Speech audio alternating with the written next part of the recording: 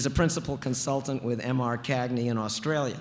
He's the author of the popular transit blog humantransit.org and the book Human Transit: How Clearer Thinking About Public Transit Can Enrich Our Communities and Our Lives. His background integrates arts and humanities with technical experience in all aspects of transit and its role in city building. He's a frequent keynote speaker, teacher, and facilitator of decision-making processes. We're very pleased to have him with us today. And Jarrett, I'm going to turn things over to you. Thanks for being here.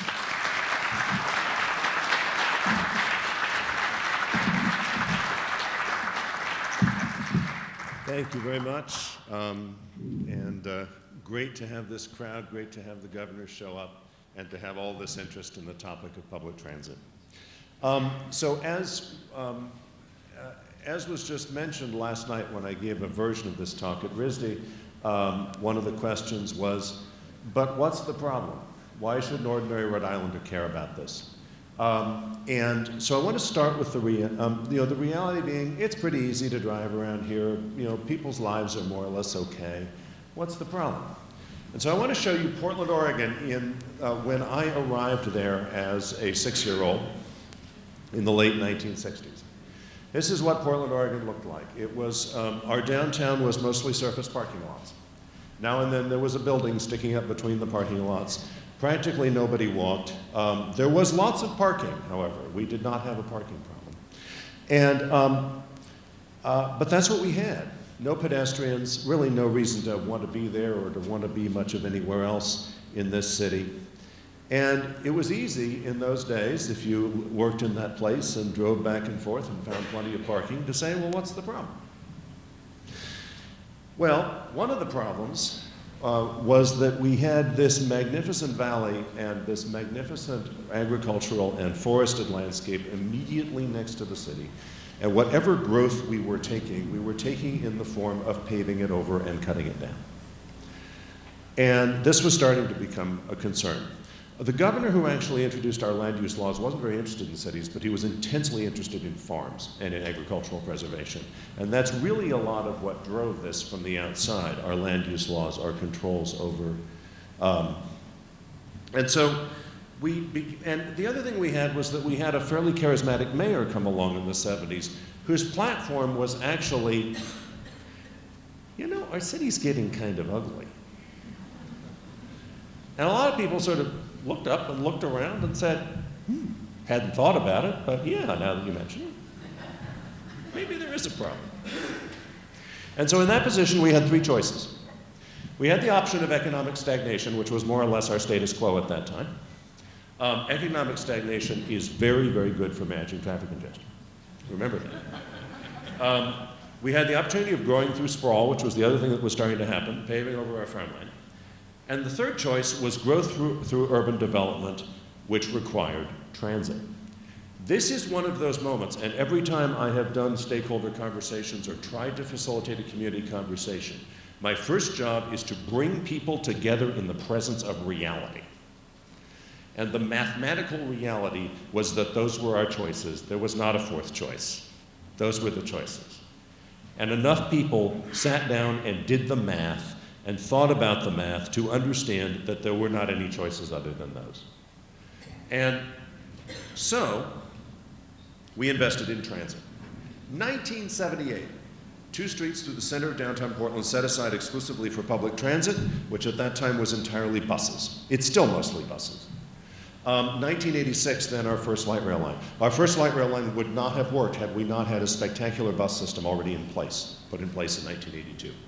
So now Portland looks like this. As you all know, we have pedestrians everywhere and lots of millennial energy and lots of creatives and so on. And we have rehabilitated all of our old industrial buildings and turned them into lofts and creative spaces and residences. An office in that building will run you about $30 a square foot. And we have an incredible wine region, which has developed over the last 20 years. It's right adjacent to the city on the land that we would have paved over if we had not done this. And now, all along our frequent bus corridors, I emphasize bus, we have 3-story buildings sprouting. We have an incredible concentration of new development happening. However, we're getting frustrated with some things. One is that we're tearing down a lot of our beautiful old one-story city in order to build this three-story city. So my mother has this sign on her front lawn. And we just had a mayoral election in which the only issue was affordability of housing. It is all we talked about. All we talked about. So we're kind of choking on prosperity, and we're getting fed up with it, and we would like you to take some of it away. Please, take some of this prosperity away. To do that, though, you'll need more transit.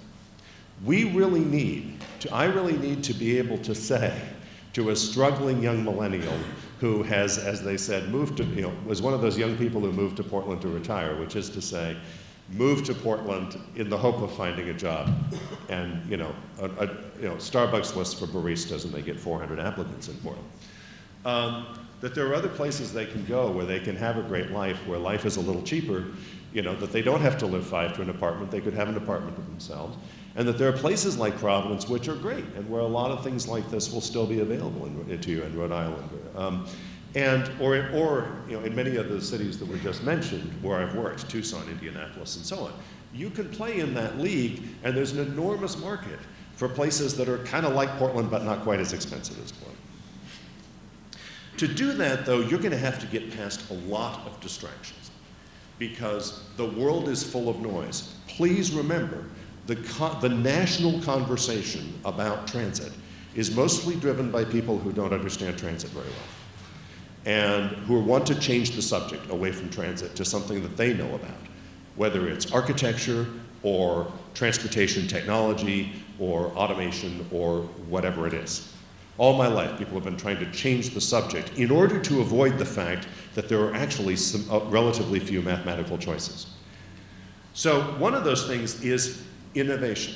It's fun to say that transit agencies aren't innovative, whatever that means. And let's look at that. So when you're going to start talking about all the innovation that's happening in transportation, the first thing you have to do is step away from the notion that we need a single unified picture of how the future is going to be.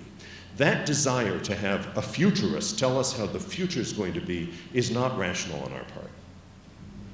We are not entitled to know how the future is going to be in 20 or 30 years, and nobody really knows, including the professional futurists. But we do know some math. And one of the things we know is that there are actually, what's going on in technological innovation around transportation is solutions to 3 different problems, and we won't see it clearly unless we keep the 3 problems separate in our minds. So, there is the problem of emissions and the efficient use of energy for which we are developing electric vehicles. There is a problem of efficient use of human labor and also of safety for which we are developing autonomous vehicles. And there is a problem of the efficient use of space in dense cities where space is at a premium, and the only solution to that is big vehicles. Vehicles that carry lots of people in relatively little space. There's no successful dense city that hasn't figured this out. It's basic geometry. Please remember, as you face this great flood of marketing coming out of the technology industries, which show up all over the place as news. I don't know how many tech reporters I've encountered who basically just transcribe tech company press releases and present them as news. And the inevitably wildly inflated claims about how my technology is going to change everything. Please remember, technology never changes geometry. And the reason I'm going to emphasize geometry over and over here, one of the skills we really need to develop is to notice when we are in the presence of geometric knowledge. If you take the distance around a circle and divide it by the distance across the circle, you get a number a little over 3. It's called pi. We're absolutely sure of it. We do not hold focus groups asking you your opinion of pi. Would you like pi a little higher or lower? And the reason that's funny is that we know that pi will not change in response to anybody's opinion about it. And as we talk so much about the importance of consultation, don't forget that consultation is meaningless unless we first come together in the presence of reality. And that's a lot of the problem we have in our political discourse now. So, you've all seen this image. 100 people and how much space they take if they're on a bus as opposed to how much space they take if they're all in private cars. Now, Uber has said that they're going to change the world and we won't need transit anymore because we'll all be in Uber and Lyft, and now the world will look like this. Right? And then we're going to have automation. We're going to have driverless cars. Fantastic. Now the world will look like this. Now, of course, the driverless car people will say, no, not quite right, because those cars will be a little closer together. And they won't have as much distance between them. And maybe the cars will be a little smaller. Cool. Okay, fine. You might get 20, 30% out of that. But meanwhile, another thing is going to happen called induced demand. If there is one concept that every transportation professional understands and almost nobody else understands, and that I would like you to go out of here completely believing, it is the concept of induced demand. Induced demand is a very simple point that everyone knows when they think about it, which is that if something is easier to do, you are more likely to do it. So if we have autonomous cars, I'm a nature lover. I'd love to have a little cabin in the woods, 40 miles outside Portland in the forest. And I don't have one, partly because it'd be really unpleasant to drive out to it. And the 2-hour drive in traffic back into the town on a Sunday afternoon would just completely destroy all the serenity I'd gotten from being out there. But boy, if I could just relax in the car and not have to deal with the stress of driving, that'd be great. I'd buy my cabin in the woods, and you know what? So would everybody else, and we'd chop down the woods, wouldn't we, in the course of doing that? So that's what induced demand is. Fundamentally, if as driving gets easier, we will drive more. And so it will actually be much worse than that. And so that finally leaves us, I tend to think we'll all converge at the end of all this with the driverless bus. The bus isn't sexy, so the tech companies don't want to talk about it. But I think that's where we'll have to end up in our big cities. And of course, if we get to the driverless bus, buses will suddenly be vastly more abundant because labor is the primary cost of transit. Please remember that transit is a win-win. The problem with cars is that the more people use them, the worse they work. That's what congestion is. The cool thing about transit is that the more people use transit, the better it works, right? And the other cool thing is that also everything else works better, because look at all that space on the street that you can use for other things besides just asphalt and moving vehicles. So I want to talk a little bit about the problem. I'm going to get some water. I want to talk a little bit about the problem of how we design transit and what we're trying to do when we design transit and how we describe what we're doing as success or failure. And I want to use the concept of the wall around your life, which is going to lead us to a concept that's really about liberty. That's my hometown, Portland, Oregon. And this is a drawing showing if I were located at that pointer in the center, where I could be in 15 or 30 or 45 minutes. Those are the three colors. On transit plus walking. So if I'm going to choose to not own a car, that's the wall around my life. That's where, and remember, where you can go is what you can do. Think about those three distances. 15 minutes is kind of where you could go on a quick errand, where you could go for lunch at work, where you can go shopping. 30 minutes, Marchetti's constant, is the distance most people are comfortable commuting. So that's the limit of where you can have a job, the jobs you can compete for, without destroying your life with too much commuting time. The larger blob, where it's comfortable, a comfortable travel time for something you do once a week, a house of worship, a club you belong to, visiting an elderly relative. If you can get those things in that blob, you're probably okay. So I want to note this sense in which we're all in prison.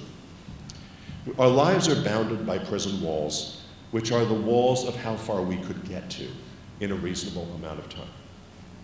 The jobs I can compete, the jobs I can hope to hold have to be inside that wall. Where I can shop has to be inside that wall. Who I'm going to meet, if I believe in face-to-face friendships and not just virtual ones, who I'm going to befriend, maybe who I'm going to date and who I'm going to marry. It only happens if you can get to them. It only happens if they're inside your wall. So we're really talking about something really fundamental here. We're not talking about transportation. We're talking about liberty. We're talking about the options that people have in their lives. And if you want people to want to live here, you got to give them that. So another cool thing about this is I can move my pointer around. And this is very important real estate, guys. You need to have something like this on every real estate website because people need to take responsibility for the consequences of their own location choice. And businesses particularly need to do that. So I just looked for new office space in Portland. And so I looked at this and I said, okay, I could locate in downtown Portland and that would be where people could get to me from. Or I could locate in a sort of inner city hipster district and that's where they could get to me from. Or I could locate in really cheap real estate in an office park and that's where they'd be able to get to me from. And that's my choice and I am choosing this when I choose my location. And you have to inform people about this, companies about this when they choose their location. Because otherwise, this really happens. A company moves from downtown Providence out to a suburban office park, and then they call RIPTA and say, what happened to my transit? Well, as we'll see, transit can't just do that. That's not how transit works. The other thing that this tool, of course, suggests is, what if we were trying to grow these blocks? What if we were just trying to increase liberty for people?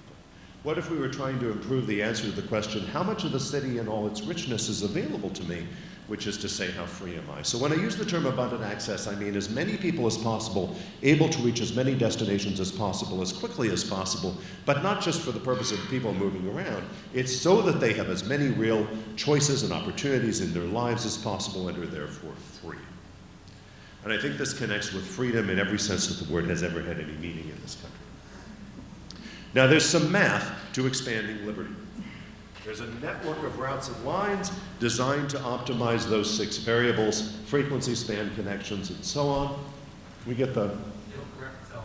Huh? It corrects itself? Okay. There we go.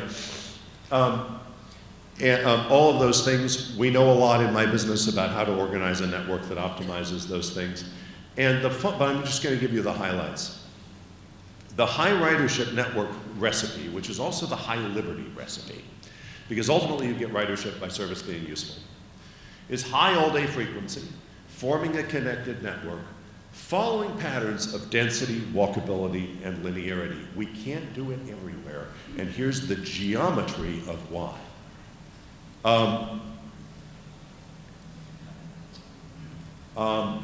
There we go. Density.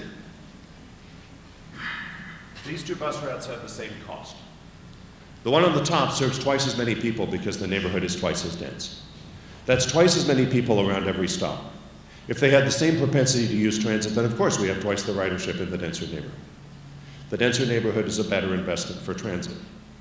The people in the sparser neighborhood will say, but that's unfair to us. We'll come back to that.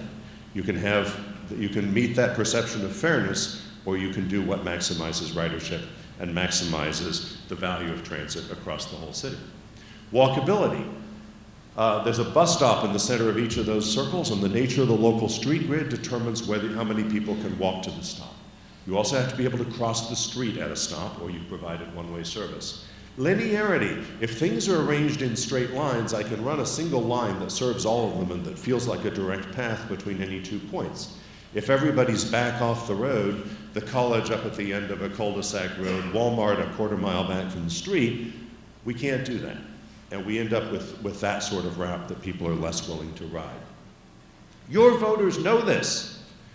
As everywhere else in the world, when you go out to your voters with a referendum about transit, what you get back is a map of density and walkability. Right? That's what you get back anywhere. So we've got to wrap our heads around the notion that transit will never be perceived as fair, because there are 3 different ways that you can construe equity or fairness, and they give you completely different policies. So this is density on the x-axis, quantity of service on the y-axis, how much service is provided. And so density, wilderness on the left, Tokyo on the right. And there's a notion of subjective equity, which is everybody pays taxes, everybody should have the same frequency of service going past their house. And then there's the notion of equity by population. Well, we should give each area service about proportional to population. And then there's equity that actually responds to demand and goes where transit will have the greatest benefit and therefore maximizes ridership, and that's the red curve. Because in the range of densities where most of us live, ridership rises steeper than density. The payoff is exponential. But that's also why that tends to be the area, like Providence or Pawtucket, where we're having this crisis of funding, because demand can actually go up very steeply if we choose to invest in it. But the point is, those people are going to call all three of those fairness, right? And say that they're being treated unfairly because they're not getting their favorite curve. Fairness is not a very useful frame for figuring out how to deploy a transit system. It tends to make everyone victims and make them all yell at each other. Here, I think, is an important way out of that problem, which is to recognize, which is to stop talking about the fairness of our transit investments and start talking about the fairness of our total transportation investment. Because if you live in a place where you're not going to get very much transit because it's not going to do very well. If you live in a low density place or a rural place or just an unwalkable place, you need more asphalt per capita than someone who lives in central Providence, right? The amount of asphalt that's needed divided by the very relatively small number of people is an enormous amount of asphalt per capita in rural areas. So if we thought about our total transportation investment, it would look fairer, because asphalt per capita is actually highest in the very places where transit is hardest to provide. And if you live in a rural area, you should drive. The car is very well suited to rural areas. And obviously we have a few people who need lifelines, very few people. And we can solve that. But the larger frame of expecting transit investments to be fair is mathematically incoherent. It's not a good frame for solving the problem. This, I think, is a better. So I know we got real estate people in the room, so let's talk about what creates value. Do we need special kinds of transit to drive ridership or prosperity? Do we need cute transit, sexy transit? Do we need streetcars? Do we need whatever? Ask a Canadian. We have this wonderful natural experiment going on in North America, which is that we have two different countries in more or less the same landscape, with more or less the same mix of economies, doing different things, trying different things in a very similar economic situation. So one interesting things about Canada is that they invest up 2 to 3 times as much in transit as the US does. So you look at Canadian cities, about 2 or 3 times as much transit per capita. And I'm sorry that I don't have the eastern cities here, but you'd see the same thing if we put Providence and Halifax on this diagram, which are pretty good peers, about 2 or 3 times. And you know what? They get about 2 or 3 times as much ridership per capita. Investment, payoff, investment, payoff. That's a pretty good correlation, isn't it? There's not a lot else that needs to be explained. Canadian transit is not particularly cute, it is not particularly sexy, it is not particularly technologically innovative. There's not a single new streetcar in mixed traffic being built anywhere in Canada. That's strictly a US thing. And it doesn't seem to matter. What matters is that there are just a whole lot more buses. A whole lot more buses. So let's think about what generates real estate value. And here I think is the interesting problem, because I've been told for years that those buses, they don't generate development, so it doesn't matter, we can't invest in them no matter how useful they are. Here's the thing. The nature of what generates real estate demand, what drives up real estate value, seems to be related to transit technology, partly because a lot of people in America don't understand transit very well. And because of that, they respond only to very loud signals. And a streetcar is a great example of a really loud signal. Another great example of a loud symbol, and a lot of my architect friends are going on up this, bus stops need to be cuter. What if they were shaped like strawberries? What if they provided some sort of delight or entertainment or amusement? And that's another great example of a really loud signal. It sort of breaks through even to people who aren't thinking about transit very carefully and don't care much about it. But here's the thing.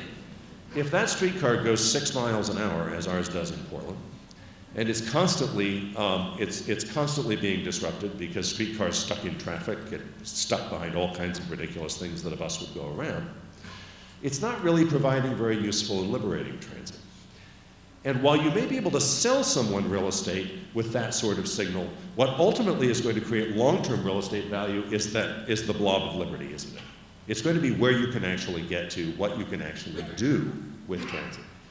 And so in the long term, when we're trying to build useful and liberating transit, which is, I think, the key to longer term prosperity, even if it is not the best way to sell real estate right now, you design to maximize people's liberty, and you choose whatever vehicle, light rail, buses, whatever, is the best tool for delivering that. Often it's going to be buses, because buses are the thing we have that can go everywhere. So to wrap it up here, I want to challenge one of the things that I think is one of our biggest conceptual and mental barriers to getting transit right. And it's this notion that to some extent transit is about a class divide. And that in particular, transit riders and potential transit riders can be divided into two groups. And one of them is called the dependent rider. And when certain transportation planners get together and they think that nobody else is listening, they use an even worse word for these people. They call them captive riders. Captive riders like we have them in the dungeon. And what we flatter ourselves into saying is those people ride no matter how bad it is, so why should we care about their experience? And then on the other hand, there's this guy called a choice rider. He has his car and he likes his car. I'll tell you a funny story. Long ago, I was presenting a transit plan in a suburban area of Southern California.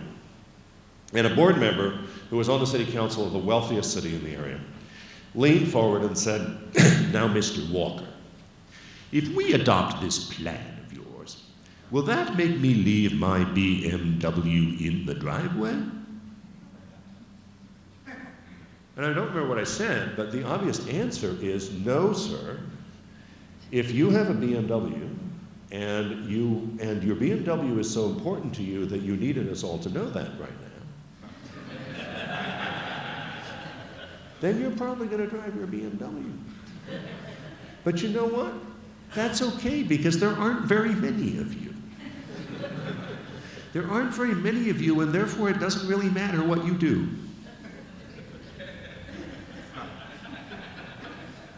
A lot of millionaires and billionaires, present company accepted, really do not want to hear this, but it's a very important thing that we have to gently share with some of the more fortunate people in our community, because they will tend otherwise to get together among themselves and design transit systems around their personal tastes, forgetting that there are not enough of them to really make those services succeed. Ask me sometime about the Toronto airport train, but there are lots of examples of that all over the place. So the reason we use the term choice rider is, quite frankly, it's the sound of fortunate people flattering themselves that they are the people around whom everything should be designed. The reason this doesn't work is that, like most things in life, what appears to be two boxes of people with a wall in between them is actually a spectrum. Anyone old enough to, if you're my age, you may remember a time when people talked about the ladder of opportunity as opposed to the walls between classes. Many of my friends on the left are very attached to the notion that class now has a wall between classes. That's the Marxist structure. And that therefore, there's no hope of ever getting across this wall.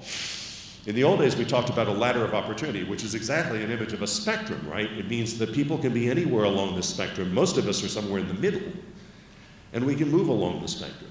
And this is exactly how transit improvement actually works. How transit improvement actually works is that when we improve a bus system a little bit, we get a few more riders, because we moved a few people who are in the middle of the spectrum over the line to the point where transit now makes sense to them. We do not need just the big bang. We do not need just the giant, sexy project. We get lots of transformation by just improving bus systems, but if you don't see the spectrum, if you don't visualize the spectrum, you're not going to get why that works. And you're going to take the view that, oh, okay, we have buses for those people just addressed for factory jobs. Poor people, we run some buses for them, but that can't possibly be relevant to anyone else. Nonsense. Ride the buses in New York City. Ride the buses in Paris. Good Lord. Incredibly good bus system. By the way, the more rail transit you have, the more buses you will need. That's the lesson of Paris. So this is one of my important points, and I have to pound this one pretty hard. We live in little bubbles, right? We all know that now. We're inclined to get together in our bubbles with people like us and decide what transit should be like, and then go into the public sphere demanding that. But that gives you segregation and specialization, and those things are the death of transit. If you want me to run separate transit systems for different kinds of people side by side, everybody's blobs are going to get smaller. because we're going to be duplicating instead of building on ourselves. So an example includes the danger of elites planning only for themselves, the danger of all kinds of interest groups demanding their own separate services. Whenever I get a group of stakeholders together and we play a little game about service planning, one of the first things they realize is that if they start by drawing bus routes for the seniors, and then bus routes for the business community, and then bus routes for the university, they end up with complete nonsense. They end up with something that doesn't function as a network at all. And that what you have to do is sit back and think about the big network concept that's going to work for all of these people pretty well, even though it is never exactly what any of them would design for themselves. That's what good network planning is. Likewise, there's a danger when we plan for immediate development outcomes without thinking about what this will be like when the thing we're building is no longer new and sexy. All these things reduce everyone's liberty. And so, as we like to say in Portland, we planned and it worked. You need a robust strategic transit plan. It's got to really address the issues. It's got to have the proper integration with land use and roads and so on. I'm impressed with some of the structures inside state government that already integrate some of those things.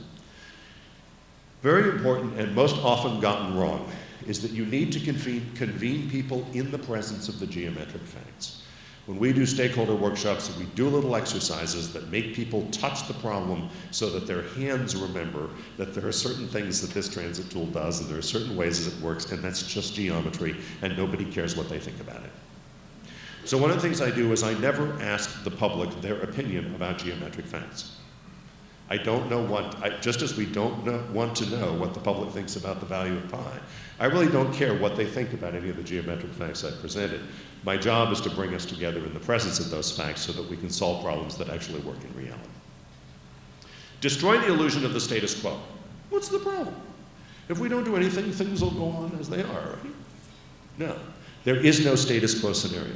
In our business, we say there's a baseline scenario in which things keep happening because that we didn't do anything about. That's the do nothing scenario, and it's very different from the notion that you can just keep things the way they are. And tell a story, not just about prosperity and inclusion. And whenever you're thinking about prosperity, think, how do we expand this concept to include social inclusion? Whenever you're thinking about social inclusion or social equity, think about, how do I expand this concept to include prosperity? Because a great network is going to do both. And it's going to do both by not dividing the thing into the services for the poor people over here and the services for prosperity over here. It's going to do it by thinking about it as one thing. And finally, tell a story about liberty, which is what I've been trying to do. We are in the freedom business. We are in the business of liberating people's lives so they can do more things. And I believe that ultimately, a happy city, which is a prosperous city, a happy state, which is a prosperous state, is going to be one where people feel free. And there's a particular way we can do that with transit, if that's what you decide to pursue. So thanks very much, and happy to talk, happy to take questions.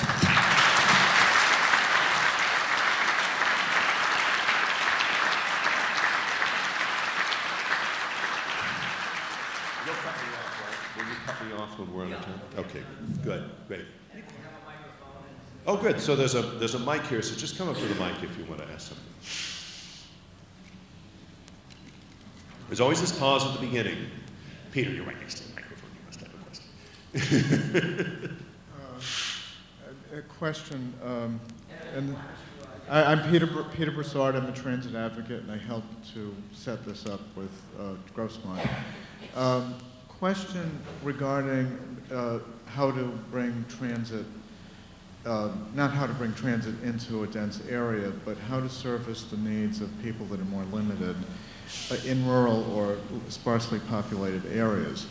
I know that RIPTA and then most transit agencies spend a lot of money on these small minivans that seat 20 people, and there's one person in it.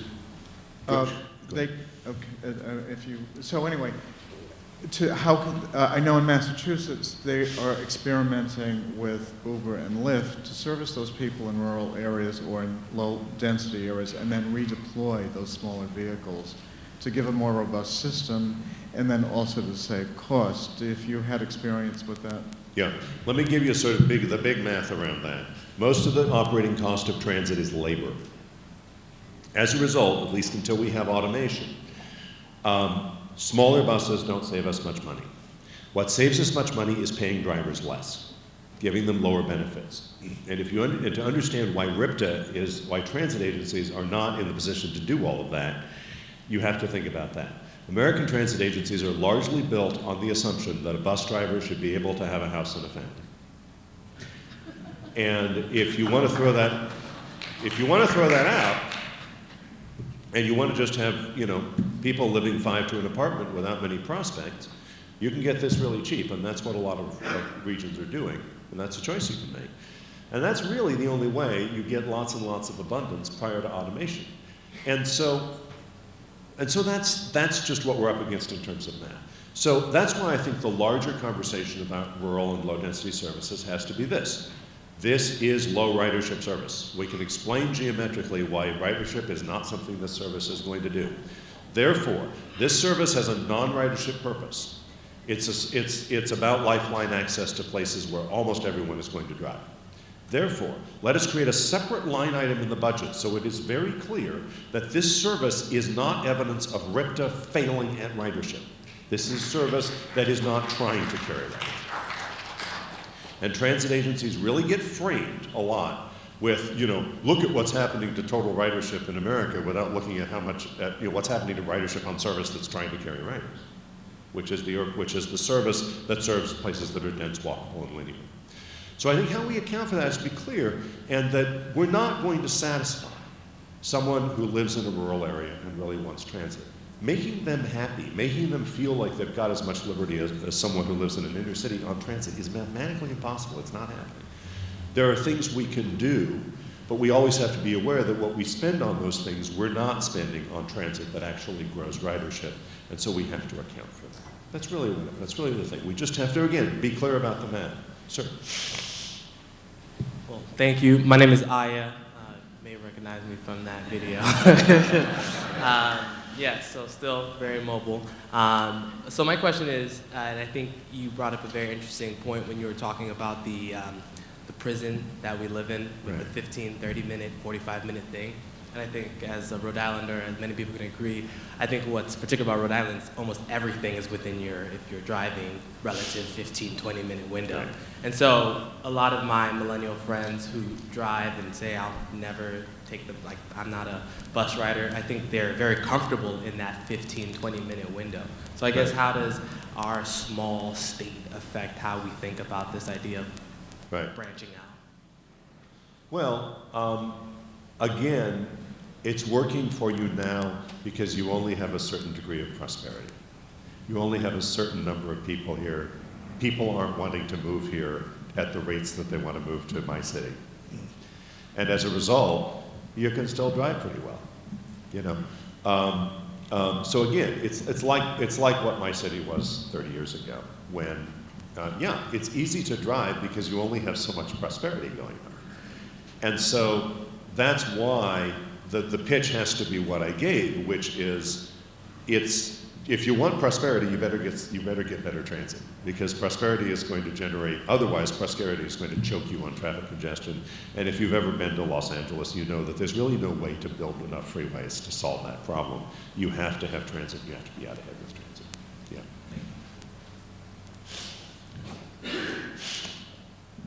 I'm wondering if you could comment on the role of price signals.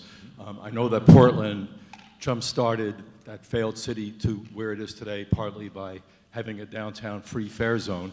And in Rhode Island, our price signals are free parking for almost everybody and $2 even if you only want to go from the train station to Kennedy Plaza. Right. So what's your assessment of price signals? When Portland was when my city, Portland, Oregon, was an economic basket case, parking was really easy. We didn't complain about parking. We didn't have to pay very much for parking. And again, that was a symptom of our relative lack of prosperity. It was a symptom of the fact that not very many people wanted to be there. Now, once you're in a place that people want to be, if you consider yourself to be entitled to something like 50 square feet of valuable urban land for free to park your car over in, what is the fair rental value of that much real estate, like right next to the Capitol building? What should you really be paying for that? And if you're not paying for that, then we are subsidizing you. You know, the taxpayers are subsidizing you. And so that's the math. And that's some of the more painful and difficult and challenging math we have to talk about. But the reality is, too, I want to say, don't wait for everyone to figure that out and for us to have a revolution in road pricing. Get started with transit. Because actually, the way we get to fair pricing of the use of road space is by having good transit there first. Otherwise, you just can't get over the hump. Too many people feel like, oh, you're ruining my life as a poor person for whom transit doesn't work. Transit's got to be there first. Sure. Good morning. I'm Rui Almeida. I'm a city planner and also a trained architect in the city of Woonsocket. I've been attending a lot of these things from Grow Smart. I find it very interesting being a European-born American where cities in Europe have never been a problem for us for thousands of years. Would you speak up a little bit? I'm having Can a I? little trouble. Is this better? Yeah, Okay. just close to the mic. Wonderful. Lived all my life in cities. Studied in Lisbon, for example, with transit. Never needed a car. Everything worked fine. Everything was simple. And then I came to America and I found out that we turned our backs on cities. Right. And we sprawled out and we made our individual lives a lot more important than the word collective. Stopped sharing, stopped networking, stopped creating structures, and we destroyed actually structures. And our cities are going away. Downtowns are being demolished, cleared. Right. For parking lots and on and on. Everything's being designed Right. by engineers. Right. I do love them, but urban form. And so many things that we could talk about, but however we frame this, whether we freedom economy, the word urban form and urban design comes to mind repeatedly in my head. Right. Being a trained architect and urban designer all my life, I can't imagine how things could work, all the components in a city, without coming through or together in a comprehensive way, which is called urban design. Right. So if we abandon cities, if we demolish buildings, if we destroy the structure that sustains the very idea of a road and the use of it, I don't know how this is going to work. Zoning in America has segregated people. It started in 1906 in California with multifamilies versus single families. 1916, I believe, in Let me New York, give you a quick 1926. response. Sir, let Go me give ahead. you a quick response to where you're going here, which is that I agree with everything you said. I know the history. Great urban design is a very important part of where you're all going. It's a very important part of what happened in my city. And my only comment is, don't let any of these things wait for something else, right? It's great to say, you know, we're here to talk about transit. It's great to say urban design is important too, but our transit agenda can't wait for urban design to get better. Just I as think the- they come together. Yeah, exactly. Integrated design. Exactly. You can't do Look, one we all without agree the with other. that. We all agree with that, I'd sir. say. We all agree with that. I think the only, I raise a caution about how that is sometimes heard, which is, oh, there's no point in doing transit because we don't have that.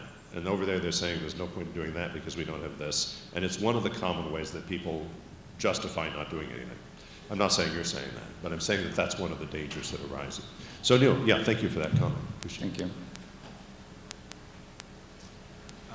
Hello, my name is Kobe Zeifman. I'm from Connecticut. I came with a group from New Haven.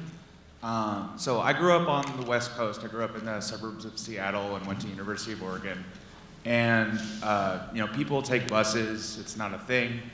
But out here, when I talk with people my age, I don't talk with anyone in Connecticut that grew up taking buses. So there's an attached stigma. So is frequency or freedom enough to trump this stigma, and how do you encourage new behavior from a generation that has never done this? Right. The concept of stigma is unhelpful and I think not a useful definition of the problem.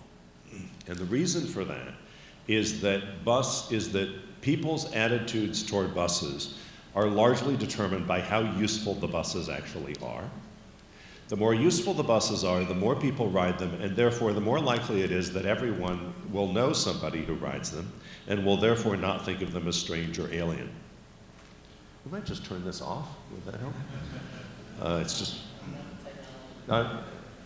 Yeah. Just whatever you, just pull the plug out or something. Yeah. So, when we talk about it as a stigma, that's not how we're going to solve it. How we're going to solve it is by making it more useful to more people so that incrementally more people ride it. Remember how gay rights happened?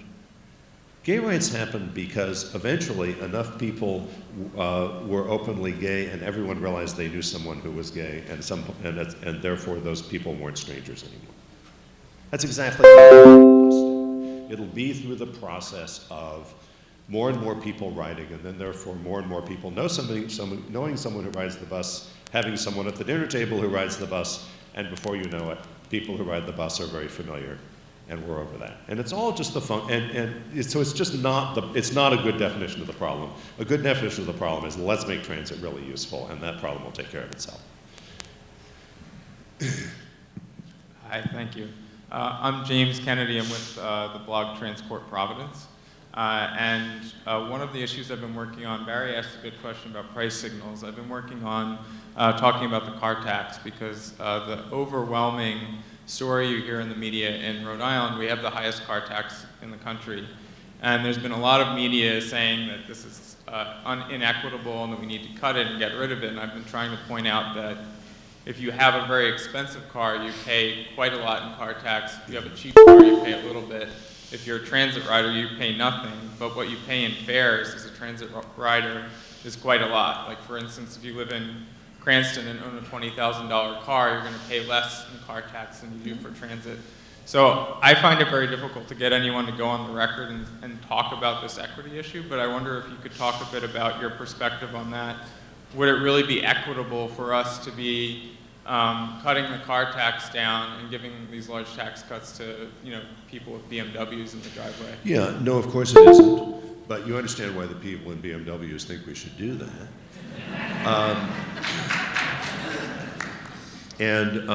If you have a BMW, I love you too. And congratulations, and I'm sure you've worked hard for everything you have. But a city built entirely around your convenience is not going to be a very functional city.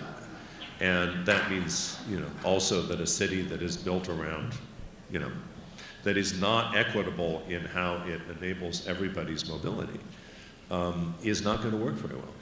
It just, I'm not going to discuss specific funding sources, but it just comes down to this reality that when you drive your car into a dense city, you are just taking an enormous amount of space. You're taking an enormous amount of valuable land and you were expecting it to be given to you for free.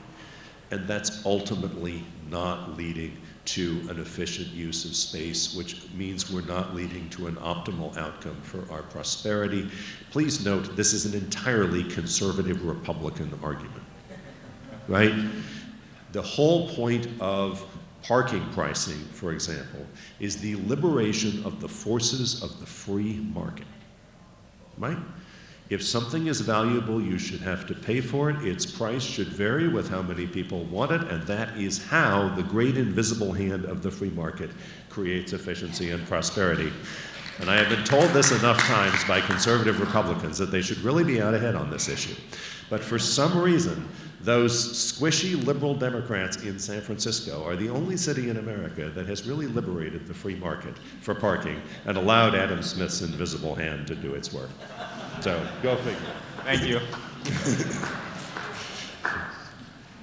Hi, my name's Katie Smiley. I'm a grad student at RISD. Great.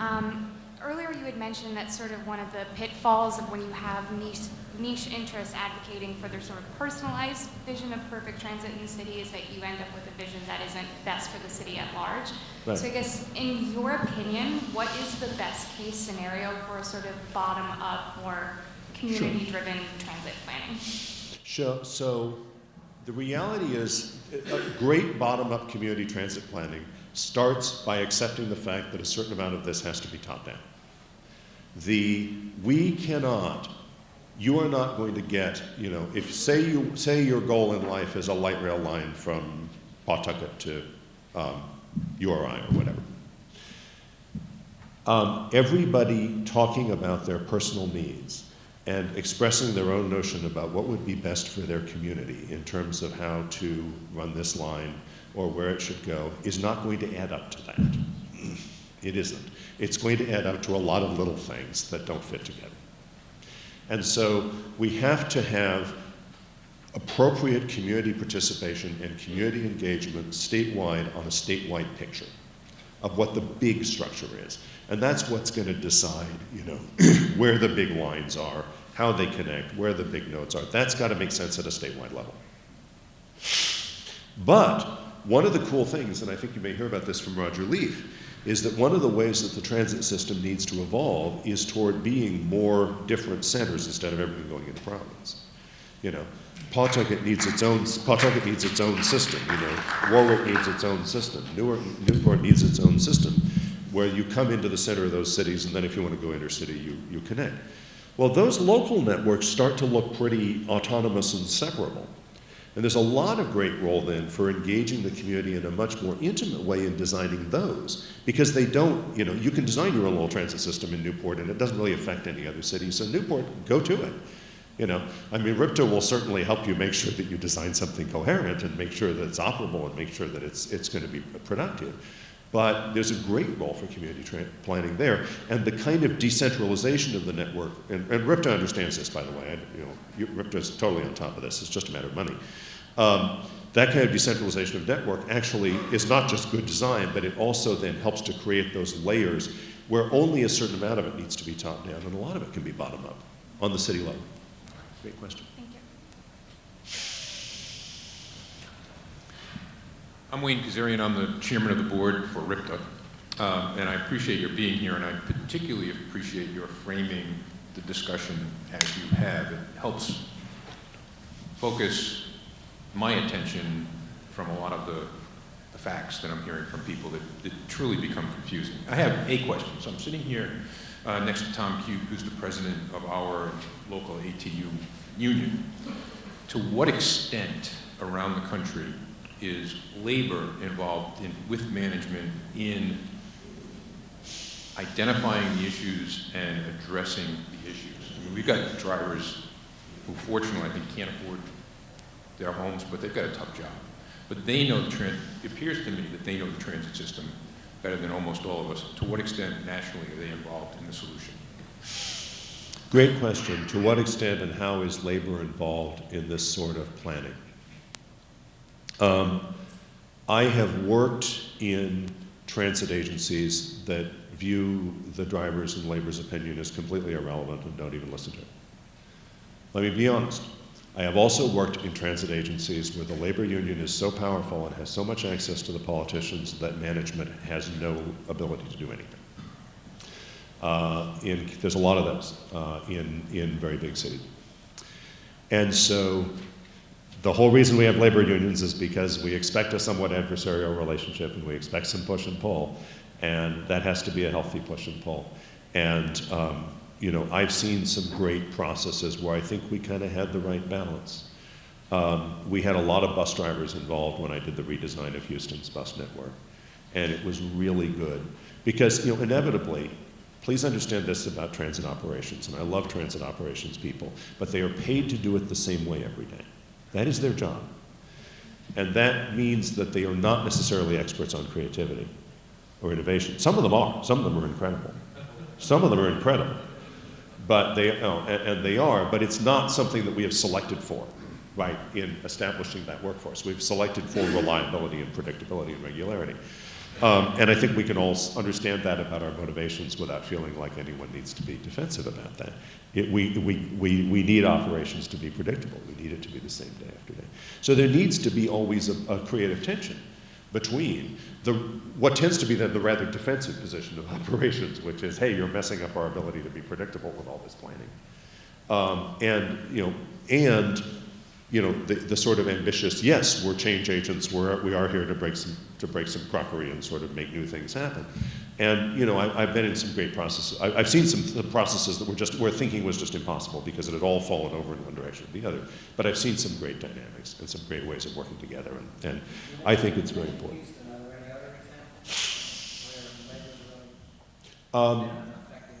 Yeah, I think a lot of them, a lot of them have been in, Houston, I think Indianapolis, we had a lot of great labor involvement. Tucson, we had a lot of great labor involvement. When we get to the big old cities, it often gets a lot harder.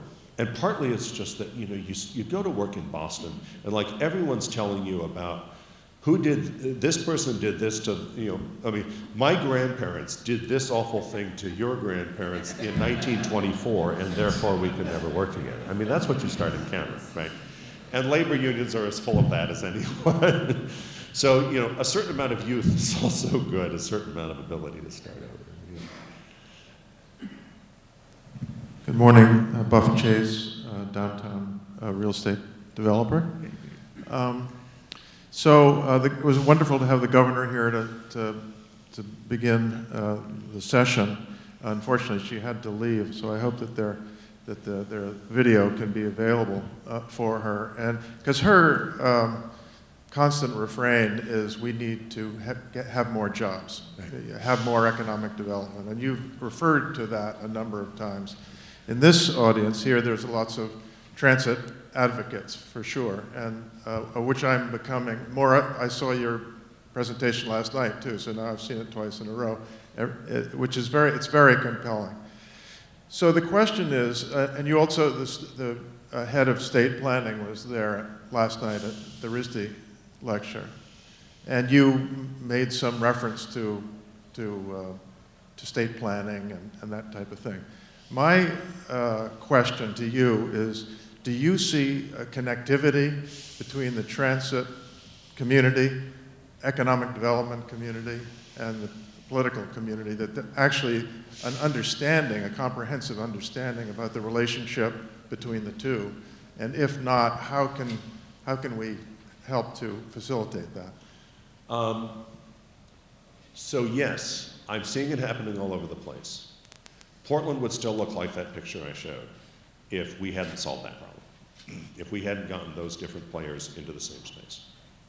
One of the things I do as a consultant, every transit planning project I do intensive stakeholder workshops with civic leaders, people like yourself, people who are in important positions in the community where they bring the ability to do a lot of things. But I make sure that people are at tables with people who are not like themselves. So I make sure that, at one table in a stakeholder workshop, I've got a developer and someone from a social service agency and someone who represents minority communities and somebody from the hospital or whatever, and somebody from, who's a traffic engineer. I maximize the diversity of the tables and I ask them to solve problems together. And I ask them to solve problems together in the context of geometric reality. And that's the only way I know to do it. In those little events, that's sort of a microcosm of what we have to figure out how to keep doing. Because transit, even more than a lot of other issues, you just can't do it if everybody's in their own bubble talking to people like them. It just doesn't work. Do you think economic development is a geometric, better jobs is a geometric fact? Mm-hmm. Well, here's the thing. No, it's an economic fact, and economics is full of psychology. Right. But that's why I showed you that slide about, there are things you can do to sort of shock the market in the short term into doing something, mm-hmm. right? Mm-hmm. The big, sexy project. Mm-hmm. And that can create short-term value, which you and I both know from real estate is, it's short-term value, and otherwise those of us who can take the long view shouldn't really invest in that. What would you say? The sort of big sexy project can create short-term value, right. But it's not really long-term value. The long-term value lies in people discovering that if I live here, I can have a great life and great access to my city, and that's what transit ultimately is. Mm-hmm. So one of the problems with economic development as a mantra is you've got to separate out short-term from long-term. Because if economic development means we can make a quick buck next quarter or next year, you're going to do the quick flashy things. You're going to invest in things that look good and signify rather than things that are actually the essence of the greater city that you're trying to build. We have this debate in Portland all the time, but we've been pretty good over the years at And so that's, I guess that's my warning about economic development, is that for some people that means profits next quarter or next year.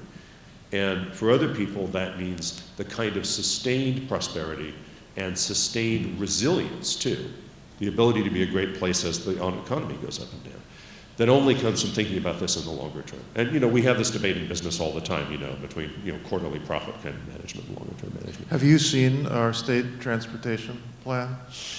I haven't had a chance to study it in as much detail as I'd like. So, I mean, maybe that's where we need to focus on a little bit more, that's analogous with what the governor's trying to do in terms of creating jobs. We need to make sure that that plan either has a very strong transit element or that there's a very strong transit master plan going on concurrently with it. Mm-hmm. Because, I mean, hey, I love all you infrastructure people. Infrastructure, long-range transportation planning tends to default to infrastructure planning because infrastructure is expensive and needs to be financed long-term. But transit networks grow out of operations. Transit networks grow out of, first of all, there just being lots of buses, and then there being lots more buses, and then so many people are riding the buses here that we need to turn into light rail, and it grows upward from that. So you have to be planning for the structure of the patterns that those buses are moving in, whose costs are really operations. And so, it means a different kind of thing. It means continuous flows of resources for operations instead of just financing building a thing. And so one of the things I'm always emphasizing is, and this is more true of transit than almost anything else, and if you've come to transportation planning from having been a road planner or having been a builder, you've come from jobs where most of the cost is capital. You're going to build a thing and then it's going to operate, and the operation cost is pretty trivial. And everything changes when you start thinking about transit, because transit's exactly the opposite. And so one of the reasons I have to sort of bang on hard about this, it's not just that you need to have a transit chapter in your long-range transportation plan, it's that you have to really throw out a lot of your assumptions from infrastructure planning and come at this very differently in order to really grasp what transit is and how it succeeds. But there seems to be a reluctance in the legislature to fund transit. RIPTA is not being adequately funded from what I hear. And so what if the legislators understood the connection between job creation and the funding of transit, maybe that would be a better opportunity. There's another argument for this, which is that what matters is not just that people can get to jobs. Let's talk about poor people getting to jobs, which is a particular concern, getting them off public assistance. If we force them to own cars, we are making them poorer, right? This is why you have to talk about affordable life and not just affordable housing. And so, transit can be liberating. The money you're spending on buying your kid a car when he turns 16 could be saved to send him to a better college, all kinds of things like that. So I think that's the other part of that argument. And again, of course, employers have a big role here, because you have to hit employers over the head when they're making location decisions about the fact that they are making a decision about the liberty and opportunity of their employees when they choose where to locate. And, this may be working nicely for them now in an economy where, the labor for market is not that tight, and so they can, they can sort of dictate the terms. But, at some point, the market for labor is going to get tight, and that's going to be a problem for them. And they're going to be better off in a better place. The great example of Silicon Valley, Google, Facebook, Apple, all located in these suburban business parks where, where their parents thought they would want their children to be. And now it turns out that all the talent they're competing for doesn't want to live around these manicured business parks in these nice suburbs. They want to step over homeless people to get into their favorite seedy nightclub where they have their best ideas, right? And that's in San Francisco or Oakland. That's 30 miles away. And so these companies have to run these incredibly expensive bus services to get all their people down to those business parks out in the suburbs. And that's why, the next generation of businesses, Twitter and Uber and companies like that, are all located in the inner city, because they've seen the mistake that Google and Facebook made, and they're making a different choice, and as a result, they don't have to spend a fortune on employee transportation. Oh, by the way, an important thing about this, California has a fantastic law that says if you've got more than 200 employees, you are required to do an employee trip reduction plan and to have a strategy for getting your drive-alone rate among employees down to a certain level really concentrates the mind of employers, and they think about that when they make location choices. The others? Okay.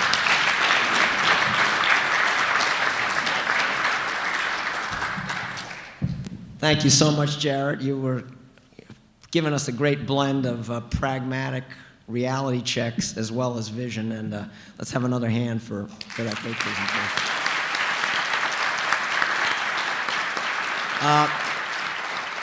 We're gonna take about a 10 to 15 minute break, and then we're going to have I think a very stimulating panel discussion about how some specific projects are moving forward in Rhode Island and how we can apply some of the insights and lessons from Jarrett's presentation to making sure those projects go smoothly in an integrated fashion. So we'll see you in 10 to 15 minutes. Thanks.